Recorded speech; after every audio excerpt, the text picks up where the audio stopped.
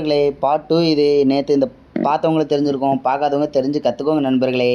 Camera உள்ள பொண்ணே பார்த்துட்டு இந்த தாத்தா கொய்யா ஒய்யான்னு பேசினாரு. அதை காதலே வைக்காம நம்ம மாடலை ஷூட் பண்ண வந்துட்டோம்.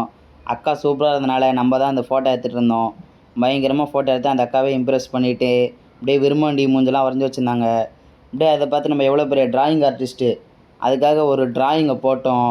டிராயிங் போட்டு விட்டுன்னு இங்கே வந்தால் நம்மளோட கம்மியாக தான் வரைஞ்சிருக்காங்க. அப்படிலாம் வரையில. அப்புறம் இந்த கிரிக்கெட் எப்படி எப்படிலாம் இந்த நடக்குமோ அதை பார்த்துட்டு இருந்தோம்.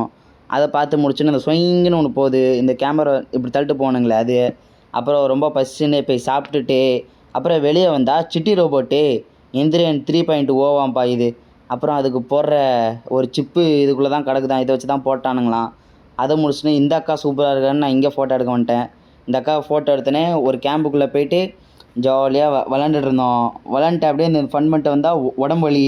அப்படியே உங்கள்கிட்ட வாங்குறேன்னு சொல்லிட்டு இதை வாங்கி நம்ம அழகாக ட்ரீட்மெண்ட் பண்ணிட்டு, என் தலைவனை நேரில் தான் பார்க்க முடியல, ஏதாச்சும் பார்க்கலன்னு அழகாக இந்த தொட்டு பார்த்துட்டு அப்படியே விளாண்டா அந்த கார் ரேஸ் பெரிய அந்த ஸ்க்ரீனில் போட்டு விட்டானுங்க. அதையும் முடிச்சு விட்டு இந்த ஃபோட்டோ ஃப்ரேம் எப்படிலாம் இருக்குன்னு பார்த்துட்டு நம்ம கிளம்பி விட்டோம். நம்ம காய்ஸ் எல்லாருமே இங்கே தான் இருக்கானுங்க.